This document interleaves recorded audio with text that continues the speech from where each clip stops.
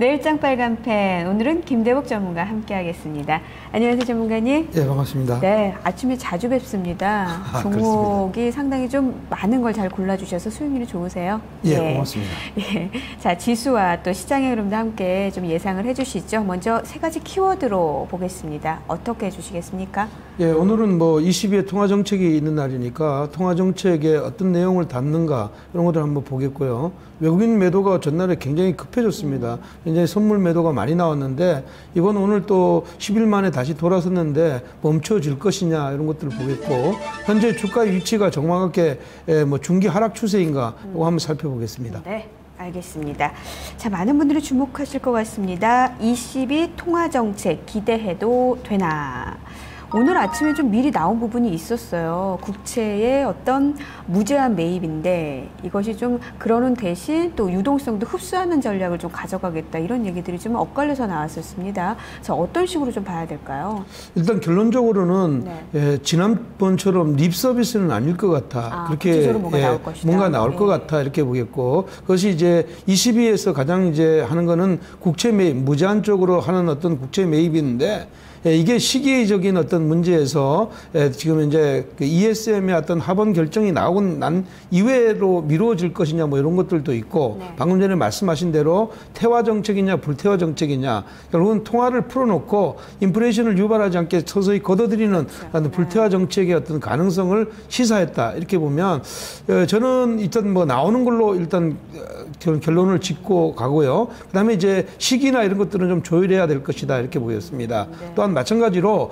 ESM의 어떤 은행의 어떤 면장 부여 이런 것들은 가능성이 별로 없다. 마찬가지로 3차 LTRO도 오늘의 거론될 내용은 아니다 그렇게 보는데, 구체적으로 가셔서 지금 현재 어떤 흐름을 한번 보면 네. 일단 스페인이 가장 문제이잖아요. 네. 이런 어떤 뱅크런의 어떤 이런 것들이 지금 현재 무마될 거냐 이런 건데, 지금 그 국채의 어떤 흐름만 보면 조금 안정적이다 이렇게 봅니다. 최근에 마리오 드라기가 이런 얘기를 했습니다.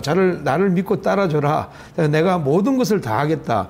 뭐 이런 얘기를 했는데, 그리고 난 이후에 10년 만기 국채 수익률은 표에서 나가는 것처럼 지금 현재 7% 아래로 떨어졌고, 특히 2년 만기짜리가 7% 넘어뜨는데 이건 급락했습니다. 그렇다면 현재 오늘 나올 내용이 많은데, 문제는 다른 상품 시장에서는 이것을 반영할 것 같기도 하고 아닌 것, 좀 아리까리한 어떤 이런 흐름이 있어서 다른 종목을 하나 가지고 나왔습니다. 네. 그것은 금과 호주 달러입니다.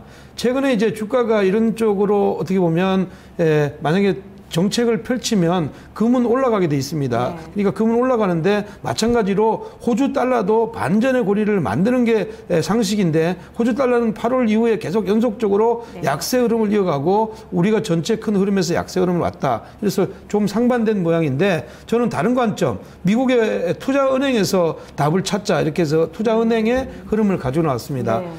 첫 번째는 모건 스탠리의 어떤 흐름인데요. 이 모건 스탠리는 그 유럽 쪽의 익스포저가 가장 강한 어떤 은행입니다. 이 종목이 지금 현재 신고가를 냈어요. 최근에 신고가를 어저께까지 냈고, 마찬가지로 골드만삭스라는 것은 상품 시장에서 어떻게 보면 강한 어떤 인데, 이것도 어저께 고점을 냈다. 이것은 분명히 이번에 22가 재료가 나오는데, 만약에 아니다 해도 그냥 아닌 것이 아니라 다음에 이런 걸 보고 이렇게 결정하겠다 이런 식으로다가 시장에 충격 요소를 안겨주지 않을 것이다. 저는 그렇게 생각합니다. 네, 유럽 쪽에 어떤 비중이 많은 모건 스탠리, 그리고 골드만삭스 유가로 좀 상당히 좀 많이 얘기를 하고 있는 그런 좀. 네, 그렇죠. 상품이 이제 선물 시장에 이제 강한데, 이런 쪽에 어떤 그 달러의 어떤 인덱스가 떨어지는 어떤 일들을 이런 쪽에서 감지할 수가 있다 이렇게 보겠습니다. 네.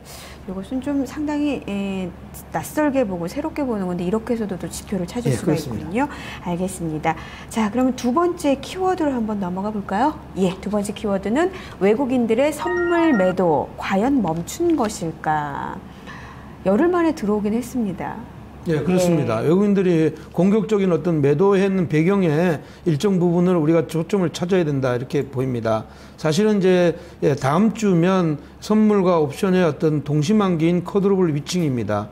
일단 10일 동안에 매도했고 9일 만에 어저께 급격히 내려왔는데 오늘 왜 플러스로 돌아섰을까? 이런 것들이 의문인데, 저는 이런 답을 표에서 보는 것이 아니라 외국인의 어떤 표 누적에서 한번 보겠습니다. 지금 보시는 차트가 외국인의 어떤 선물 누적 포지션 전일 가격대이고 지금 포지션은 오늘 매수로 돌아섰고요. 그 다음 화면 한번 보겠습니다. 네. 다음 화면 보면 외국인의 선물 누적 포지션입니다. 현재 빨간색으로 표시되어 있는 어떤 자리가 외국인의 이익 구간입니다. 그러니까 결국은 이제 247.50 이하로 들어오면 외국인들은 수익이 나게 돼 있는데 이게 전날 수요일 날에는 251이었습니다. 네. 근데 어저께 많은 베팅을 해서 이쪽으로 밑으로 누렀는데 일정 부분은 저는 이익 실현 포인트를 잡았다고 보입니다. 다음 화면을 하나 보겠습니다.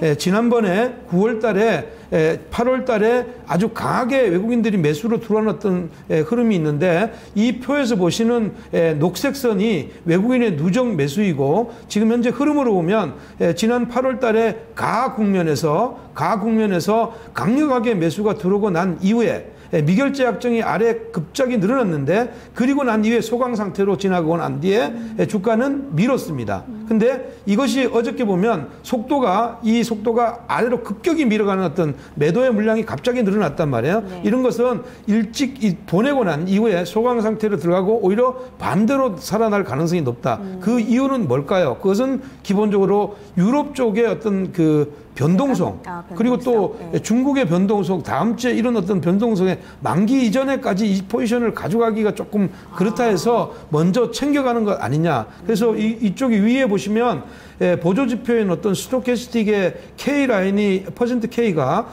과매수 영역에 들어와서 안쪽으로 들어왔지만 직전에 저점을 깨는 자리에서 아직까지 깨지 않는 다이버전스를 보여줬다. 이것은 오늘 선물을 다시 매수로 들어올 수 있는 어떤 이런 흐름이라고 보고 이건 한 번에 들어오지는 않을 것이라고 봅니다. 그래서 이 한 번에 들어오지 않을 것이라고 보고 오늘 247 영역, 248까지 갔다가 네. 선물이 다시 밀렸는데 이렇게 밀고 나서 저는 B 국면으로 내려가는 것이 아니라 A 국면으로 다시 쳐올라갈 가능성이 높다. 저는 그렇게 전망합니다. 네.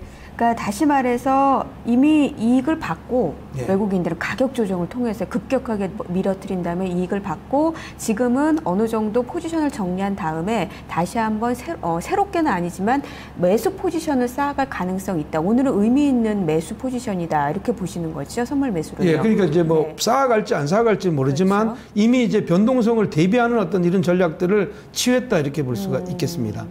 알겠습니다. 일단은 급격하게 떨어지는 것보다는 조금 더 횡보세를 보이더라도 좀 위로 치고 올라가는 그런 움직임을 예상을 하시는군요. 자, 세 번째로 가보도록 하겠습니다. 지수에 대한 이야기입니다. 중기 하락 추세 구간인가? 일단 1900선을 넘으니 밑으로 떨어지니까 또 얘기가 많이 나오더라고요. 예. 네, 그렇습니다. 네. 이번에 어떤 주가가 1758에서 시작해서 1963까지 203포인트 정도 올랐죠. 그리고 오른 다음에 조정을 받았습니다. 근데 이 흐름에 차트에서 보시는 어떤 중심이 파란색으로 나와 있는 어떤 영역에는 사실은 중기 매수의 영역이라고 보고, 매도의 영역이라고 보고, 네. 빨간색은 중기의 어떤 상승의 영역이라고 보는데, 현재 어떤 이 기준을 중심으로 봤습니다. 현재 상승했던 어떤 중심의 어떤 그 라인이 1861인데, 네. 전날하고 오늘 주가가 내렸던 데가 1773입니다. 그러면 아직까지는 붉은색, 1873입니다. 붉은색 영역에 있죠. 네. 그러면 이것은 하락의 추세가, 중기적인 하락의 추세가 아니고 단기 하락 추세인데 중기 상승 구간 안에서의 하락 추세이니까 어쩌게 보면 우리가 보면 이게 중기 상승 구간 안에서의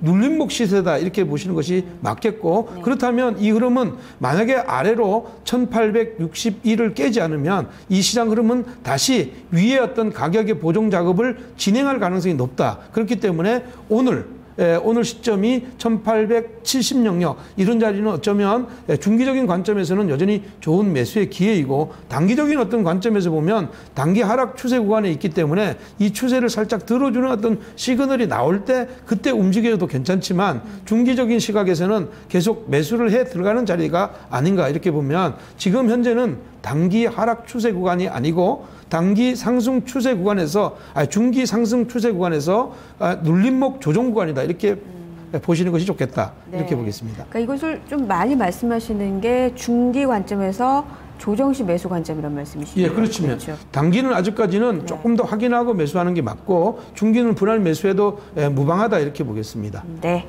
자, 이에 따른 업종과 그리고 공략주를 보도록 하겠습니다. 업종을 좀 보도록 하겠습니다. 어느 쪽으로 좀 보셨어요? 예, 지난번에는 이제 내수 관련주들 중에서 의류를 가져왔고 네. 오늘은 전체적인 큰 흐름에서 중국의 인바이드 소비, 인바운드 소비인데 여기 이제 잘못 나갔는데 인바운드 소비입니다. 이제 그 중국인이 이제 입국 절차가 이제 계속 이제 간소화됐습니다. 네. 비자나 이런 어떤 우리가 그 업무가 지금 간소화되고 난 이후부터는 중국인들이 우리나라의 입국자 수들이 굉장히 많이 늘어나고 있습니다. 근데 사실은 이쪽에 그 우리나라에 오는 것들이 어떤 매력이 뭐 카지노나 이런 것들보다도 쇼핑의 어떤 목적들이 더 많았습니다. 지난번에 그 쇼핑의 대표적인 어떤 중국 사람들이 좋아하는 것들이 화장품이고 의류다 이렇게 말씀을 드렸는데 그런 어떤 이렇게 흐름에서 보면 이런 것들이 사실은 이번에 명절과 함께 더 늘어날 가능성이 높다. 그렇게 되면 주가가 단기 추세도 확보하고 추세를 가는 어떤 이런 과정이면 이런 것들이 좀 주춤할 텐데 이런 것들이 최근에 와서 또 조정을 받았다면 이런 쪽에 또 관심을 가져보는 것이 좋겠다 이렇게 보입니다. 네.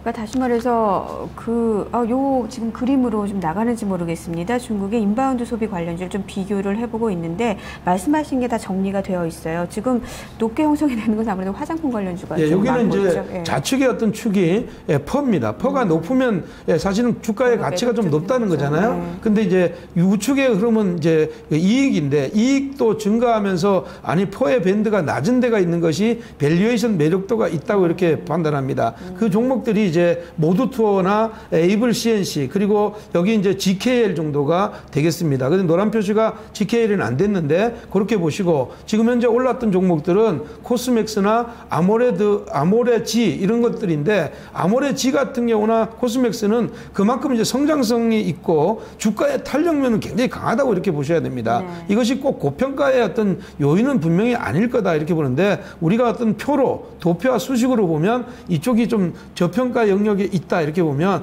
이런 쪽에 앞으로 좀 추가적인 어떤 상승의 여력이 있지 않겠느냐 이렇게 표를 가지고 나왔습니다. 네.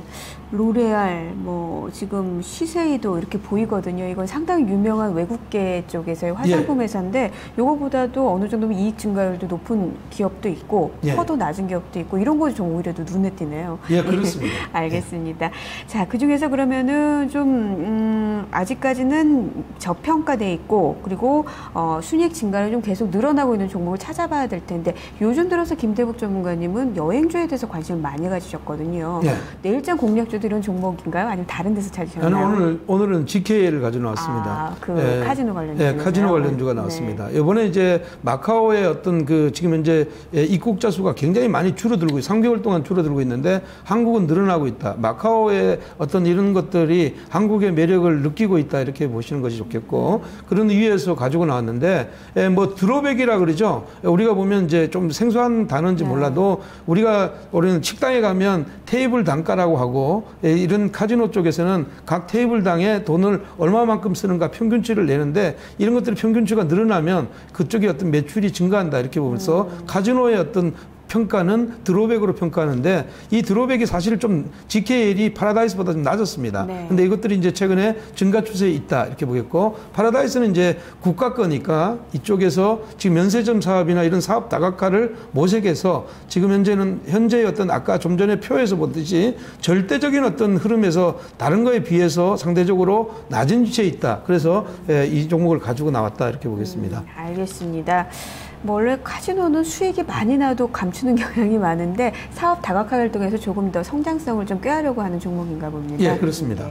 자, 종목 보겠습니다. 온 GKL 어떻게 좀 매매가를 좀 잡아보는 게 좋을까요? 지금 현재 오늘 좀 종가를 보겠습니다. 오늘 올랐네요. 1.8%의 상승으로 28,000원으로 마무리가 됐네요. 28,000원으로 이제 마무리됐는데 오늘 전체적으로 이 종목을 28,000원에 사는 것보다는 매수 가격을 27,500원으로 낮춰서 잡습니다. 그 이유는 이제 이 중국 관련주들, 대중국 소비 관련주들 오늘 다 밀었습니다.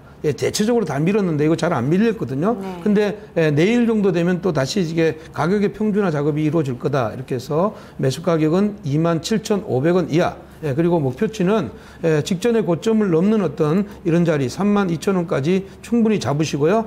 손절 라인은 25,500원 이쪽으로 타이트하게 가지고 가겠습니다. 네, 알겠습니다. 어떻게 보면 중국 소비 관련주를 좀 돌아가면서 보시는 것 같네요. 예, 그렇습니다. 예, 말씀 잘 들었습니다. 예, 고맙습니다. 자, 내일장 빨간펜 오늘 김대복 전문가 함께 해봤습니다. 넥스트였습니다. 내일 다시 찾아뵙겠습니다. 고맙습니다.